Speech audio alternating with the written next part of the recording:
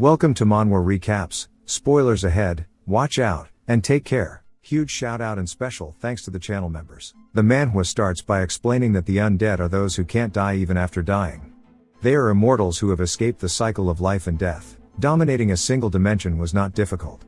Obtaining the dimension called Earth was only a matter of time, or so they thought. We see one of the Skelly brothers asking how this could be, pointing at somebody in a fire, asking how a mere human is still alive. We hear the man say, "Who knows?" as he continues walking forward while on fire, saying it's probably because he's sturdier than they are. As his skin starts to peel off, he instantly goes in for a punch on one of the Skelly brothers, shattering him.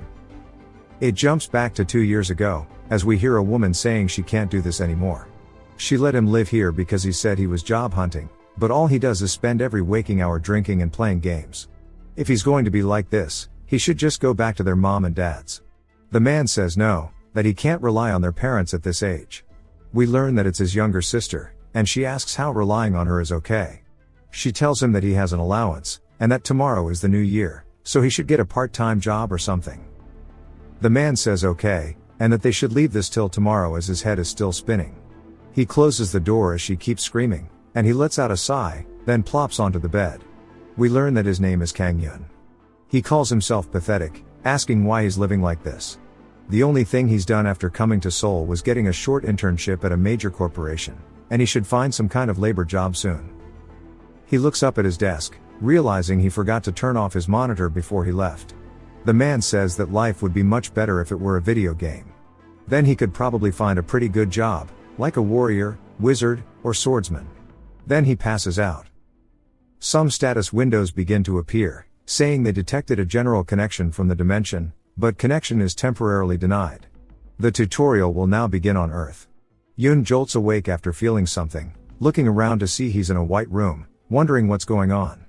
He sees a status window in front of him that says the time until complete connection with the Haken dimension will be 4 years and 364 days. Pretty much 5 years. They welcome him to the tutorial, saying it has a total of 8 stages. He starts reading, and it says that death in this place is not connected to reality, and he is unable to give up halfway. If he fails, he cannot try again. When the tutorial is cleared, an awakening and a reward will be given. He's surprised and begins to sweat nervously as his heart starts racing. He says this is a dream only severe gaming addicts end up having. He starts apologizing to his parents and his sister, who we learn is named Hyun.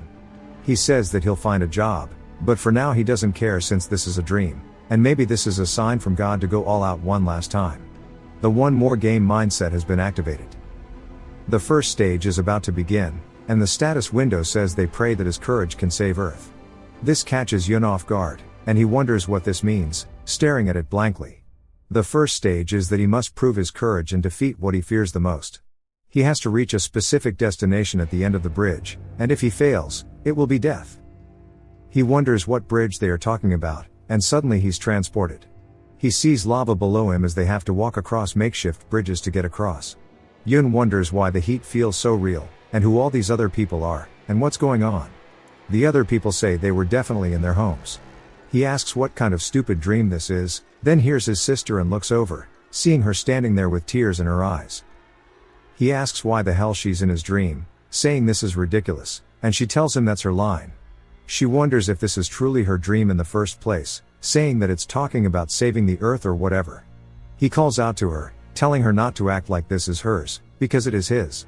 She barks at him, asking if that's important, and asks how it would be this hot inside of a dream, and if it's even possible to have natural conversations in a dream. He laughs, saying his brain is easily tricked. People always say they can't feel pain in their dreams, but that's a lie. He's had experiences where it felt like he was pissing for real, only to wake up relieved that his blanket was safe. She sarcastically says, "Good job saying something embarrassing in front of your sister." He tells her that he's going first, and she asks where. He reminds her that the status window said to reach the bridge at the end, asking if she didn't see it, but says since it's his dream, an NPC like her wouldn't know. She gets angry, saying she saw it as well, and asks if he's not worried about falling. He asks if she's stupid, saying that this is a dream, he'll wake up if he dies. As he says this, he sees a man falling down past him.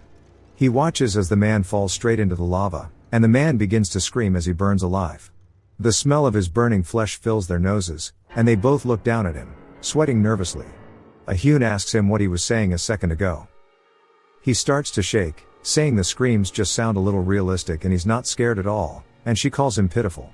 She sighs, telling him not to do anything stupid, and if he's going to move, don't walk, it's probably safer to crawl. He says that he's not scared at all, but now that she's mentioned it, it makes sense. She sighs, saying he's keeping it up until the end. Other people start to move forward as we see him and his sister crawling along the bridge. She calls out to him, asking what he thinks happened to them, and if he has any ideas. He tells her it's just a very realistic nightmare, and she asks why he's still caught up on that, saying he's probably already realized this is not a dream. There's no way it would be this realistic, and something is definitely happening that they can't even begin to imagine. She says that if they die here, maybe even in real life they'll die as well. He begins to laugh, saying he was trying his best to ignore it, so why did she bring it up? Now he's frozen in fear. She calls him the most unreliable older brother in the world. He lays down, telling her he wants to rest a little before continuing, and he can't crawl anymore because his hands and legs are shaking. She asks if he's just going to lay there, and he reminds her there's still a possibility this is all a dream. He says maybe if he stays still like this, he'll wake up on his own. A status window appears in front of both of them, saying that due to a certain amount of time passing since the start of the tutorial, the difficulty is now increasing. They wonder what's happening as the entire area begins to shake, and the bridge begins to slowly collapse behind them. People start running, some falling off, and they realize now is not the time to stay still. Yoon tells Hyun to wait for him as he starts hauling absolute cheeks. He sweats heavily, saying it's okay, as the bridge isn't too narrow, and if he doesn't trip he'll reach the end. He just needs to look ahead and follow his path. They continue running, and he grows more desperate.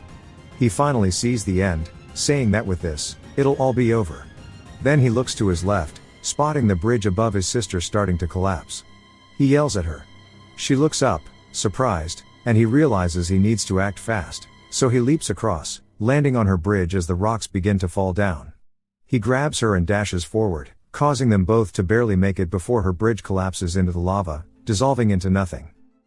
The status window appears once more, saying that he's leveled up, and congratulations on clearing stage 1.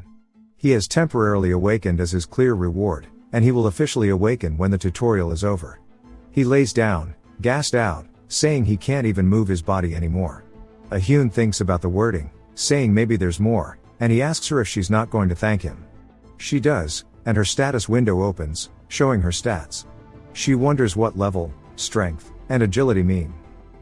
Yoon says this is the number one thing a man wants to receive on his birthday. He struggles to sit up, saying he needs to look at his stats as well. We see that his innate ability is called resurrection, but he has no actual abilities or skills. He struggles to stay sitting up, then suddenly jumps awake, screaming in his bed, gasping for air. He sweats nervously, saying surely that was a dream, right? We see someone sending a text saying they had a weird dream, and it turns out so did a lot of other people. They fell and died, but woke up. Someone makes a Reddit post, another person makes a Facebook post, and it's discussed all over the news. We see a familiar man posing for a hashtag Save the World challenge, and the time limit is shown once more, about the Haken dimension. Both Yoon and his sister start yelling each other's names as they open their doors and run outside.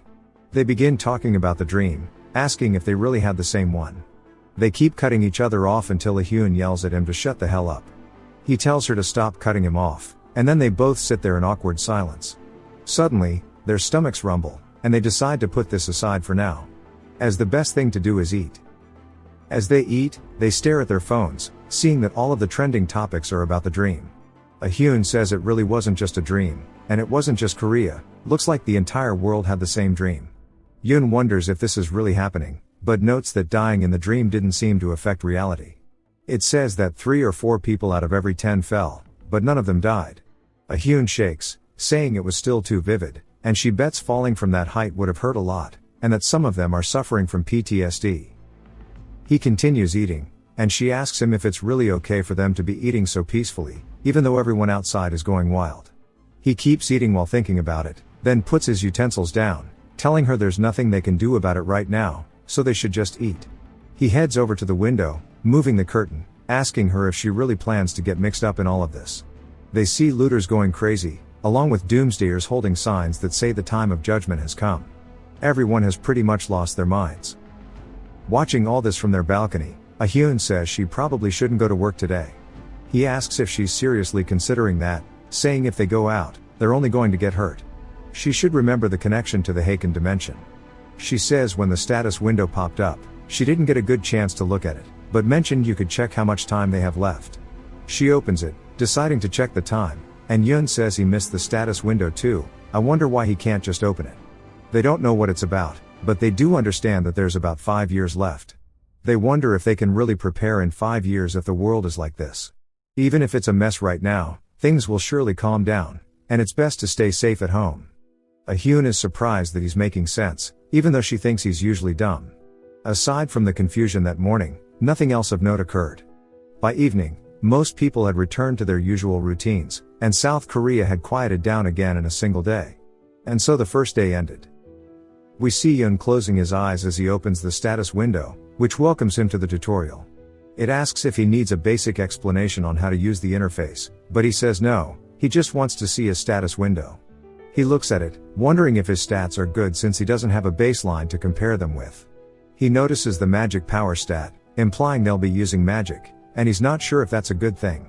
But then he starts focusing on his innate ability called resurrection, and says this sounds like a cheat skill. The ability allows him to resurrect 24 hours after death. If he doesn't designate a location, he will resurrect at the last place he slept. The penalty for resurrection is that his level decreases by 1, and his ability stats will temporarily decrease by 50% for a day. These do not apply during the tutorial. Yun starts getting excited, saying there's no way he would have ended up as a useless extra. The tutorial asks him if he would like to enter stage 2. He says of course, whether his stats are high or low, he can fix them after leveling up.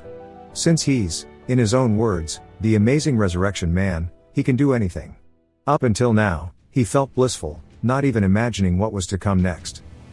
We see a bloodied mace as a goblin screeches, and Yun is also screaming, fighting it off. He swings at the goblin, knocking its weapon away. Stage 2 is about defeating every enemy and improving his strength. He raises the mace above his head, saying the system is basically the same as games he's played, so he knew there would be something to do with fighting. He smacks the goblin's skull in and starts panting, gassed out. Yun says that even though he managed to kill it with his mace by ambushing it, his whole body has gone numb from the sensation of hitting it. He truly feels guilty for killing it, making him feel like he has to puke. He only beat it because it was a goblin. If he hadn't ambushed it, it could have been him instead. Just then, he sees something around the corner and instantly gets scared, gripping his weapon tightly. He spots another goblin behind him, called a goblin soldier, and it starts growling menacingly with a purple aura on its blade. Yun didn't know there were two from the start and says goblins are supposed to be low-level mobs for beginners, but this goblin is way bigger than the last one. The sword it's carrying is over a meter long. If he gets hit with that, he's 100% dead. The goblin starts to screech out of pure anger, and swings at Yun, hitting his mace, knocking it backwards. Because he's never worked out, and he stayed home all day, along with the fact his mace is so short compared to the goblin's blade, it easily overpowers him, slicing him multiple times.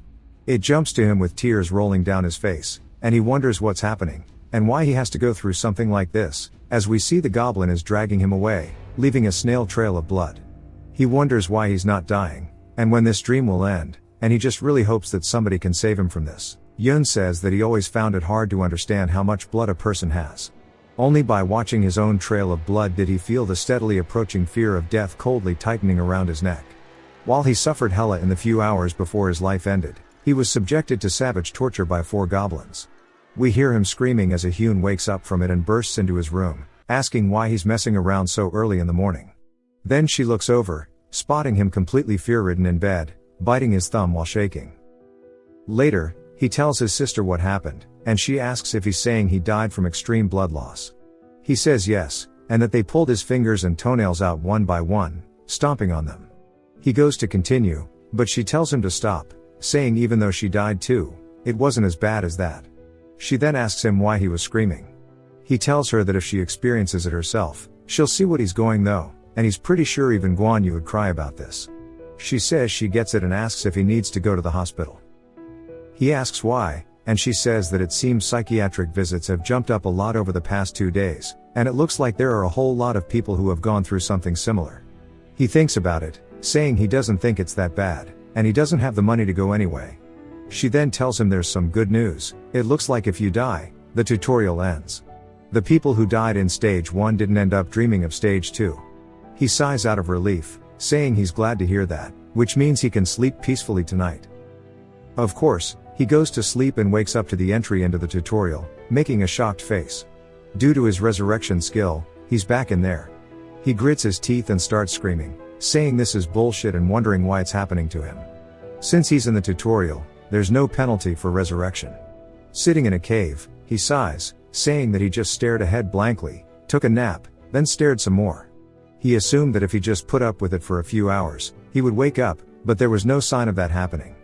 He starts to get up, saying he's getting quite hungry.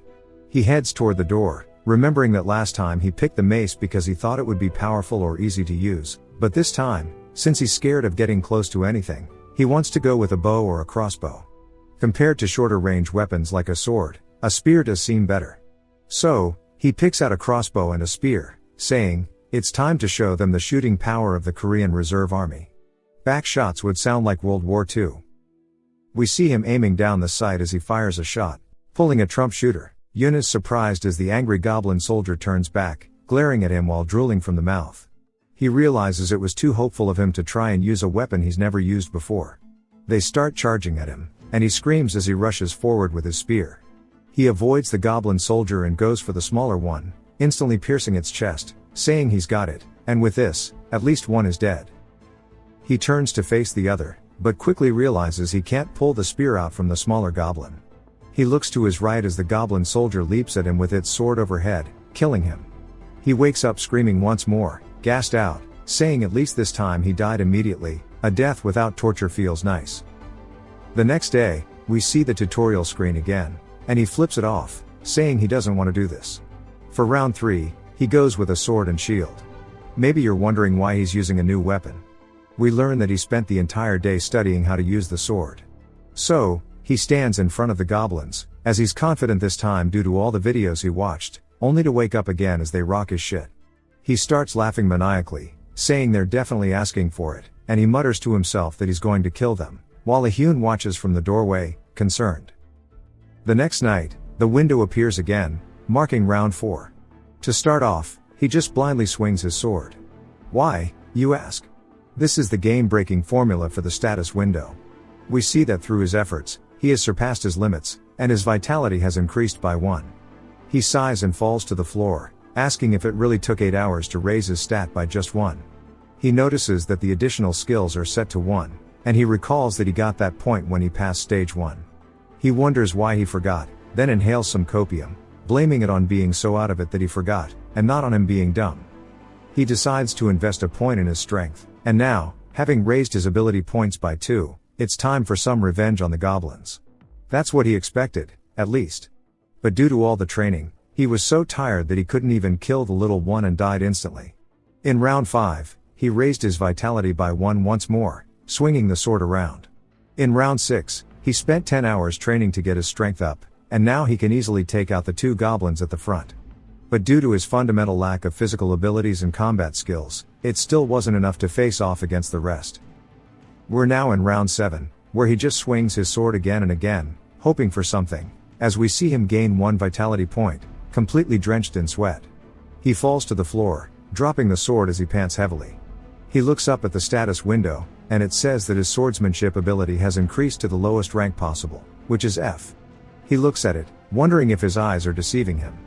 But he reads the entire thing, then clenches his fist, and starts screaming, saying he actually did it. He grabs his blade again, hyping himself up, saying that today he will actually kill all of the goblins. There were 5 goblins total in the second stage of the tutorial. 2 were in the front of the castle, and 3 were in the forest at the end. The first 2 were really easy. He could take them out by ambushing the first with a crossbow, and finishing the second with his sword. The issue was the 3 goblins in the forest. He can handle 2 of them in the same way as before, but the last goblin was a whole different story. Sparks fly as his sword hits its axe, and they start trading blow for blow in the middle of the woods. The goblin rears his hand back, swinging onto Yun's shield. He says that he can see the attack's path, and he starts to parry each and every one of the attacks, saying that it feels like his body is reacting before he can even think. as he readies his blade, thrusting it towards the goblin's throat, saying that this is the effect of the lowest rank sword mastery. He hits the goblin, only barely scraping its cheek, as the problem is he's already exhausted his vitality fighting the other 4. The goblin dual grips his axe, as sparks fly again, knocking Yun's sword far away, as the difference in vitality is too great. The goblin goes for a home run swing, and Yun notices it but smirks as he hits a matrix dodge.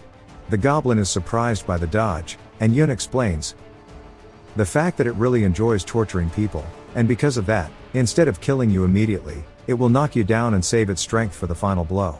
He starts to pivot on his foot, saying that its pattern is too obvious, while he kicks some dirt up into its face, blinding it, causing it to flail wildly.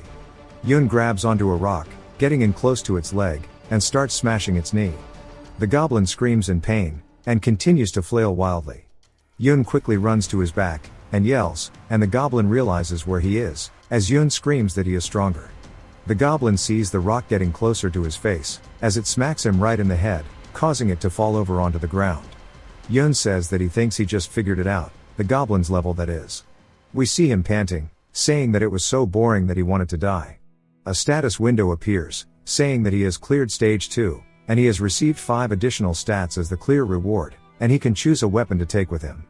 He starts pogging out of his gourd, and we see that he also has unlocked the lowest rank shield mastery, and crossbow mastery, and he yells saying that he's actually won. 2 more level ups come out, and he says this is the kind of power the Lord of Creation has, calling the goblin a subhuman piece of shit.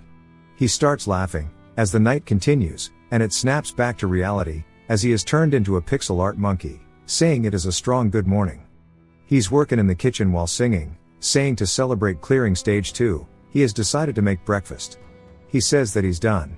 We see him tasting something, and he says even though he made it, it tastes perfect. Then he hears a loud rumble which startles him, and a Hyun runs out of a room asking what the hell that sound was. A status window saying that the world tutorial has ended, and you can now freely use the system outside of the tutorial, as they both see windows in front of them. They run outside as another one says dungeons are now activated, and they look down in horror as what they see is a gate in the middle of the street with 2 giant handles, and a purple aura, and they wonder if maybe that is the entrance to the dungeon. It starts to take us all over the world as we learn only awakened may enter the dungeons, and if the dungeon is not cleared within a set amount of time, the gate will, but it doesn't finish what it's saying, but we can all assume based on every other manhwa that has gates that it will break and monsters will pour out of it.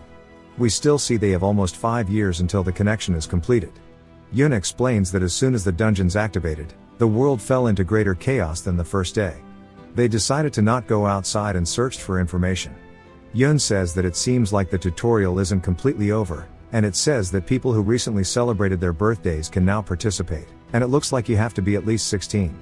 Hyun explains that there are whole lots of fuss about dungeons in the comments. Those who have passed the tutorial and the so-called talents are being urged to hurry up and clear the dungeons. Yun sighs saying it's not their business. Then he moves his mouse to something interesting, since they can now see the status windows in real life, and he says that this is the most important thing. He goes full nerd and yells status window.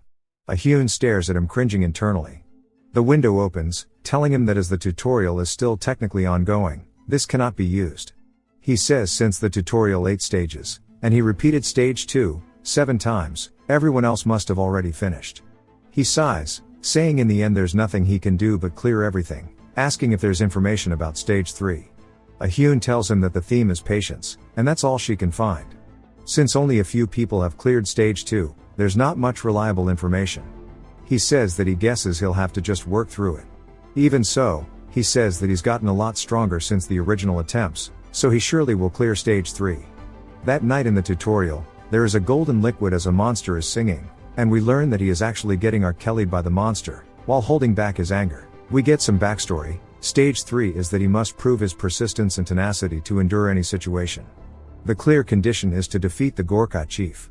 If he waits, an opportunity will appear. He notices that he is equipped with a ghillie suit, saying these are the kind of clothes that make men excited. This mission must be about infiltration and assassination. He wonders what a Gorka is, as he has never heard of this monster before, saying that his first order of business is to find them. He decides to check out his rewards from stage 2. He opens his status window, seeing that he is now level 4 and all of his stats have gone up a good bit. He says this is how a status window ought to be, and the newly added shield and crossbow abilities are here as well. But the description still pisses him off, as they are the lowest rank mastery. He decides to allocate his additional skill points to what he needs right now, strength and vitality. He also puts some into agility as well. He starts to think about it, saying he thought there was one more thing, but he doesn't remember what it was. Then the window tells him that he can look in his inventory, and he says that's what it was. He opens it to see a sword. He taps onto it, drawing the blade out of the window, while laughing, saying that this is the coolest thing he has ever seen. Now that he has finished checking everything, he needs to go find the Gorkhas. He starts to explain to us about Carlos Hathcock, the legendary American Marine sniper. For 3 days he crawled 1.4 kilometers to assassinate a general, and he is the figure he respects the most starting today. As he has been crawling for about 10 hours. He says that he is almost there and there are 2 guards on watch duty, and he wonders if he will have to force his way through. His pants are also soaked in his own piss, as he tried to pull a Bear Grylls but missed, and the grass is hella itchy, as well as a lot of bugs in his clothes. He sees a shadow loom over him, and he is surprised as he looks up to see one of the Gorkhas staring down at him. He thinks that he was found out, but quickly realizes that's not the case, as he starts to get kellied, and he sits there saying that he has to bear it, as he needs to prove his persistence and tenacity. He starts muttering those words to himself, so he doesn't snap, but it doesn't happen, as his sanity goes full blown out the window. And he yells, saying that he's going to cut it off, while charging at the Gorkha, saying its dick is his, and he stabs it right through where no man should ever have an injury. I genuinely feel bad for the Gorkha. Can we get an F in the chat for our boy? Its corpse falls to the ground, and Yun laughs, saying that he ended up cutting something useless off. The other Gorkha stares at him, and then starts to mumble, and the mumble eventually turns into a scream that echoes throughout the camp. Gorkhas from all over begin running out with their torches surrounding Yun. He laughs, saying since he's already screwed, he might as well use the line that he's always wanted to say, and yells as loud as he can, saying he's going to rock their shit, and the skill-raging lion's roar has been created. Blood starts to fly out as we see a Gorkha's head in the air, and jumps to the second round as he instantly screams, "Bring it on!" Not even wearing the ghillie suit. We learn that Lion's Roar reduces the morale and stats of nearby enemies and removes any debuffs. He realizes something while crawling for 10 hours on round 1. We see him charging straight through the main gate of the camp, and he says that the Gorkha warriors left during the day to hunt, and they only returned when the sun went down.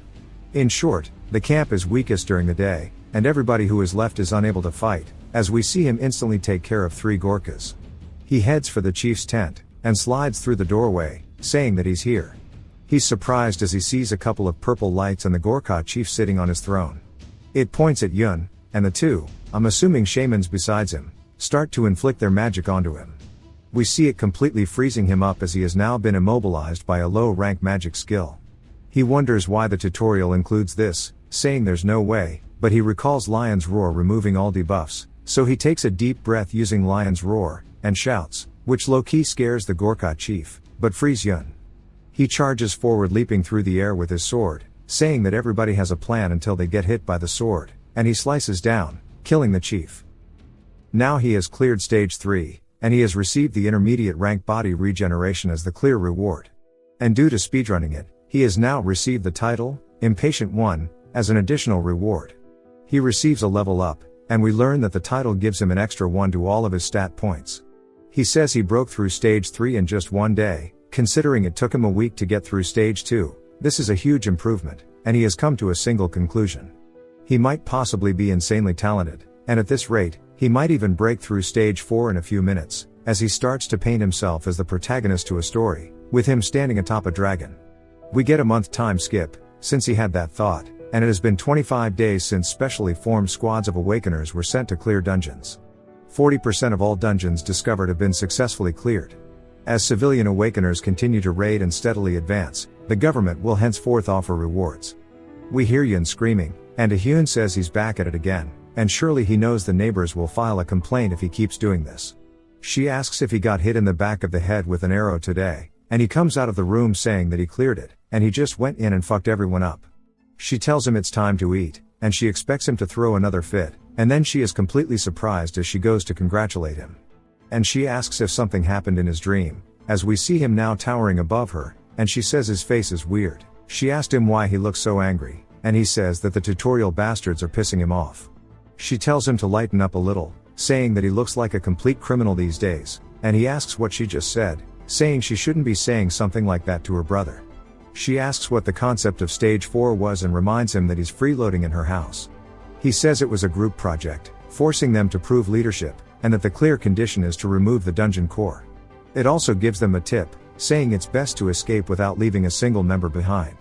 He says it was like roleplay, and the party members were NPCs who fit into the settings. They were arguing about whether they should keep going or retreat, and they didn't have enough rations to keep going and brute force the dungeon. A couple rejected it pretty strongly, but ultimately, they decided to clear the dungeon. She asks what's wrong then, and he says at first, he was obviously being pretty cool while carrying them. He raised their morale using Lion's Roar. Thanks to the recovery ability he got from clearing stage 3, he stood at the front lines. The skill uses magic power to recover and regenerate his body, regardless of the wound.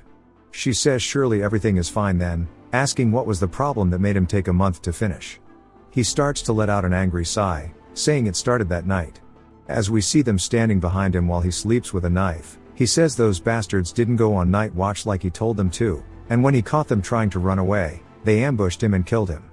He knew from the start that they were going to do something like this. She tells him to swallow everything before he talks, calling him a dickhead. He then swallows his food, saying every attempt to get to the dungeon he made was a failure.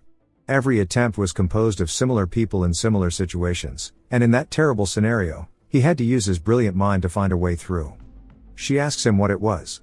He puts his chopsticks down, laughing, saying that he just needed to beat up all the bastards who got in his way before he started clearing it. The final round of the 4th stage, one of the men says that they should go further, and it'd be a waste to go back without anything despite coming all the way here. Another one tells him they don't have enough food left, and asks him what they'll do if they don't find the core, saying the mana stones will still be profitable enough. As they keep going, Yun starts to get angry, telling them all to shut the hell up using his lion's roar. One of them covers her ears, asking him what he thinks he's doing, and Yun points his blade at her, saying that everyone is going to follow his words from now on, and if they refuse, they'll die, if they talk back, they'll die as well.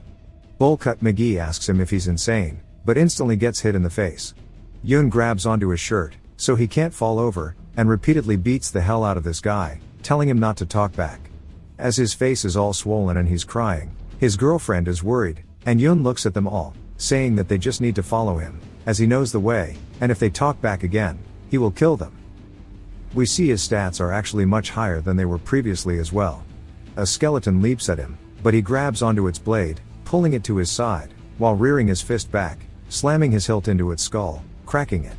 He says that's the last one, and they all watch in complete amazement as he actually killed every one of the mobs all by himself, as their corpses litter the room. He looks out at the dungeon core, saying maybe they just need to break its supports, and that's simple enough, as he swings his sword doing exactly that. A status window appears congratulating him for clearing stage 4, and he has received Cleave as the clear reward. He also received the Ring of Strength and Mind, which is rank B, and a level up. Just looking at the results, his gains from stage 4 weren't bad at all. He didn't need to say anything about his rapidly growing stats, and he could farm the item drops for monsters as well.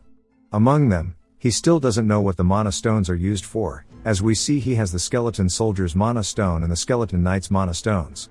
He says that there will definitely be use for them later on, and the cleave skill is just as it sounds, it cleaves. The strength and mind ring makes him immune to all mind type magic and mental status conditions of rank A or below, and he says that his rewards were incredible. We see sweat hitting the floor as he says his biggest gain was that he got hella strong in real life too, as we see him doing one-arm push-ups, 300 of them to be exact.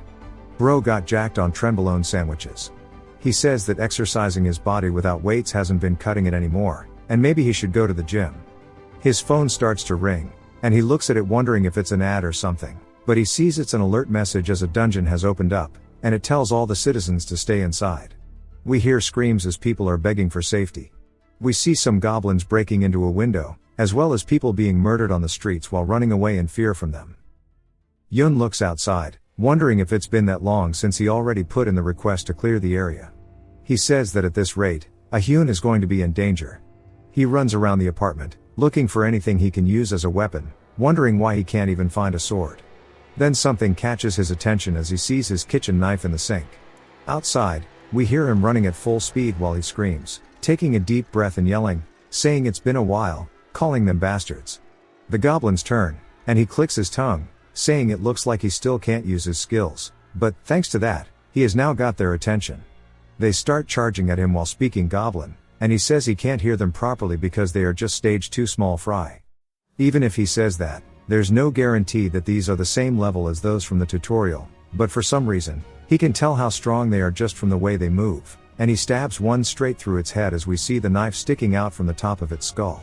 He thanks it for coming to him first, throws the corpse to the floor, and takes its sword, saying he's going to use it well. It jumps to an office building. We see that they have the doors barricaded as goblins are trying to get in, and they all sit there nervously. Hyun is a worker here, and she looks down at her phone, wondering what Yun is thinking. She hears the screams outside as something is fighting them. It gets closer to the door as their barricades start to fall over. We see a bloodied flip-flop step atop some file cabinets, and we hear Yun saying he accidentally broke it, and he tells Hyun that her brother is here. He really does look like a criminal. He walks in, waving at Hyun, telling her that he's here, and she starts to get embarrassed as everybody else in the office wonders who he is. She asks what's with his getup, as she sees him covered in blood. Then a man yells out to him in a very angry tone. Yun looks at him confused, and the man shouts, saying he doesn't know who he is, but how could he destroy their barricade like that? And at this rate, the monster is gonna get in. Hyun says that's her department chief, and Yun apologizes, saying he can't control his strength, but it's not like they'll have to worry about the monsters, as he tells them to look behind, as all they see are corpses. They are surprised that he defeated that many by himself. He points to their weapons on the floor, saying that they should all pick one up and hold onto them for a bit. He's not sure how many stages they have cleared, but as long as they don't panic, even normal people can take one goblin on. He starts to turn around, and Hyun yells, asking where he's going. He says, while coming here, he saw goblins everywhere, and he's pretty sure the upper floors are full as well. Even if it's only a few, he'd rather sleep well tonight. It jumps to later, as water is being poured onto his wounds, and he asks Hyun if it's really okay to waste water like that, as they don't know how long they'll be stuck here. She tells him to shut up, and they at least have to treat it, and this is a saline solution anyway. She sighs, saying he's acting tough, yet he's still running around getting hit a lot. He says he hasn't practiced dodging, and his regeneration skill is nuts, so he can usually take most attacks. But since he can't use his skills, he guesses it's not having an effect. She tells him to be careful, saying that if he can't use his skills, that means he can't resurrect too. And him saying that he'd step up and deal with the rest of the monsters in the building was just too much. He looks at her smugly, saying, still, it was kind of cool though, right? She sighs, saying it serves him right, getting beaten up, although everybody else seems to think a bit differently about him. One of her seniors was trying to get her to introduce him to her, asking if he's interested. He starts to blush, thinking about it, saying if she's okay with a guy who curses a lot, then sure. It jumps to later that night, as he opens his eyes to the status window, and he says that he forgot he had this, as he has been too focused on the actual day. As stage 5 is starting, he has to prove he has the wisdom to overcome any difficulty. He looks around as he hears people talking about a succubus, saying that in situations like this, those who talk the most are suspicious. One of the girls tries to de-escalate the situation, and he wonders what's going on, as he sees them all talking to one another. The clear condition is that he must defeat a succubus, which is a nightmare demon disguised as a human. He thinks about it, saying that usually in stories, it appears in men's dreams and sucks out their energy, and other stuff. They usually look like gorgeous women. The issue here is that all the women here are ridiculously gorgeous, and he wonders if it was set up that way on purpose. One of the girls asks him what he thinks, asking who he thinks the succubus is, and he says that she's even prettier up close, and something smells really good. He nervously looks away, saying he's not sure. Then he notices a window appear, as he looks down at the girl, and it says that the ring of strength and mind has resisted the seduction attempt. Of course, if you recall, while wearing the ring, you gain immunity to all mind-type magic. As nighttime comes around, we see him sitting at the campfire, and he says, in stage 1, it was a circus of hellfire. Stage 2 was a week-long desperate battle with goblins. In stage 3, he got pissed on after crawling for hours, and in stage 4, it was a month-long project. Those times, he was just rolling around like a dog, but now he finally has the opportunity for an easy win.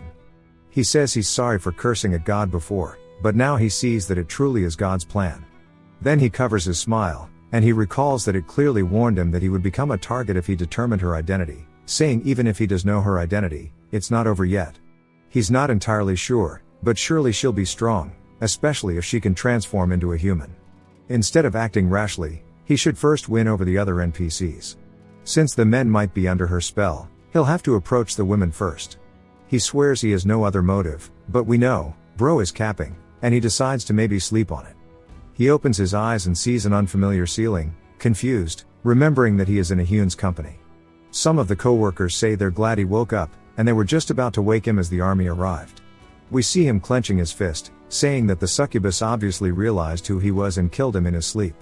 Then he asks them who they said came. As we see outside, there are a whole lot of army trucks. They start hopping out of their trucks and immediately start blasting their guns at the goblins.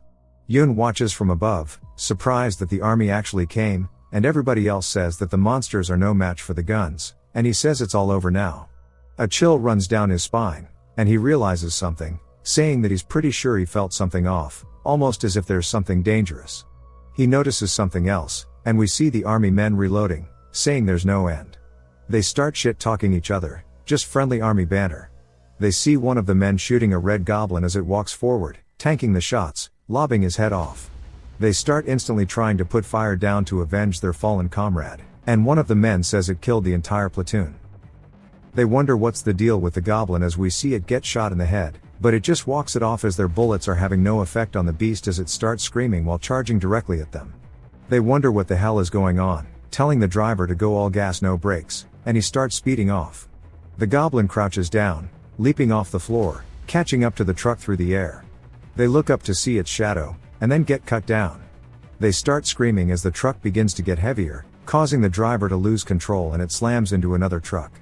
They wonder what's going on in the back, and Hyun watches, surprised, as their trucks have all come to a full stop, and the goblin has wiped out the entire group that was in the back of the truck. He looks at it worried, and the goblin slowly looks up at him while releasing a purple aura. Some of the other soldiers wonder what's going on. One of them says that Squad 3 is wiped out. The man asks where their signaler is, saying they need to submit a request for reinforcements. We learn that his name is Corporal Young Jae-hoon. He complains about his head hurting and wonders what happened as they got into a car accident. He looks up, seeing the red goblin licking its lips. Bro better run. He asks his signaler where the reinforcements are and is told that they're sending a civilian talented. That's their version of awakeners, I guess. He asks if they're really sending in just one and says this is driving him crazy. The goblin leaps off the top of the truck, and he raises his gun, telling it to die. As he starts to fire, his gun instantly jams up. The goblin gets closer and goes for a swing, but we hear Hyun screaming while yeeting a piece of concrete, hitting the goblin in the face, which actually damages it unlike the bullets, sending it flying across the road, knocking it down. Jae-hoon is surprised, wondering what that was, and Hyun hops up on the truck, asking them if they are okay. He starts to smile creepily, saying that being a soldier in this situation means there's a lot of people counting on him. Jae-hoon looks up to see his evil-ass face and starts to feel an overwhelming sense of panic and points his gun at him, screaming it's a monster. Hyun tells him to put his gun down, saying that he's a human. Jae-hoon says the word human twice, and Hyun asks if he just had a stroke. Jae-hoon says that if this is the reinforcement, he does seem pretty strong, and then bows, saying that he was caught off guard. Hyun says that he did nearly die, so he understands, and Jae-hoon thanks him for his help. Hyun says he doesn't mind it, and he's not here because of a sense of justice or anything. He notices the goblin getting back up. Since their eyes met, it definitely would have come to a Hyun's company after the army got defeated, and it'd be better for him to deal with it here than fight with bystanders around him, and he tells the soldiers not to fire their guns, because if he gets hit, they'll put holes in him as well, and asks if they have tear gas or anything. Jae-hoon says they do, and they brought most weapons that can be used, and he tells them to use it here. Jae-hoon tells him that he needs a gas mask, but Hyun yells, saying it's fine, he doesn't have time to explain, and he also tells Jae-hoon to warn the others not to shoot, as they'll all die if he doesn't kill it. Jae-hoon orders all the other platoon members to put their gas masks on and stay alert, and only shoot at monsters that approach them, and never turn their guns off the center of the road. Hyun starts approaching the goblin, saying the field is ready, and he's sorry, but he holds a pretty serious grudge against them. Bro is a racist. Jae-hoon pulls the pin on the tear gas, throwing it through the air, but the goblin notices it, and it begins to spread out, causing the goblin to scream and flail wildly. Hyun says hobgoblin or normal goblin, they all swing wildly when panicked. He charges in, saying since it's deflected bullets, pain like this must be new to it. We see tears rolling down his face, and he says that it looks like it's pretty tenacious, but he's probably more used to pain than it is. He swings, knocking its axe out of its hand, causing it to slide across the road, and he says now that the weapon is disarmed, he can start its beating. He hits the goblin with 6 rapid strikes, and his hand begins to tingle, and he wonders why the hell it's so tough. He continues beating the hell out of it, telling it to die. Jae-hoon watches, saying that it's crazy how strong a talent it is. Then he hears a man asking what's going on here, saying he doesn't remember a reinforcement other than himself being sent. Jae-hoon looks up at the man's eyes, and it jumps back to Yun's blade that is heavily damaged, and he's a little gassed out. He calls the goblin a bastard, saying he expected it, but he hasn't inflicted a single injury, and at this point he's just going to get exhausted, and he wonders if he has to use a joint lock or something. But the only thing he knows what to do is swing his sword. The man from the truck then says excuse me as he leaps in, slicing the goblin with his sword. The goblin screams, but we can't tell if it actually had an effect. Yun says he's fast, wondering who it is. The man turns back, saying he didn't feel like he cut anything. It was like swinging at a rock. He tells Yun that no matter how strong it is, it's only the boss mob of an F-rank dungeon. Since its defenses are normally high, it must have a separate weakness. Yun says it looks like this guy knows a few things, if he knows what rank the dungeon is. He doesn't know who he is, but he understands that. They both charge in, and Yun asks if he has some other plan. They start Eiffel Towering it, and the man says that its stamina doesn't seem that great, and it must be getting exhausted. Yun says he can see that as well, and he wonders what the point of exhausting it would be, as they can't even do damage as his sword breaks upon hitting it. He looks around, saying that he needs a weapon, and spots the goblin's axe. He starts running towards it, and the man says he's fast, but his strikes are weak. And he should attack its weak point while he draws its attention. Yun grabs the axe, and even if he says that, the only weak point he can recognize is the eyes, but it knows that and is protecting them. And he wonders where else he can attack, saying that maybe its joints will be weaker. And he screams, saying he doesn't know, and stabs his axe toward it. The goblin makes a very shocked expression, and so does the masked man. As yet again, Yun has stabbed an ungodly place that should never be entered. As we see the sword directly in the goblin's butt cheeks, Yun starts to feel depressed and apologizes to the goblin. If you've watched till the end, comment GTA to let me know. Subscribe for more videos like this, leave a like or a comment to help the channel out. Thanks for watching.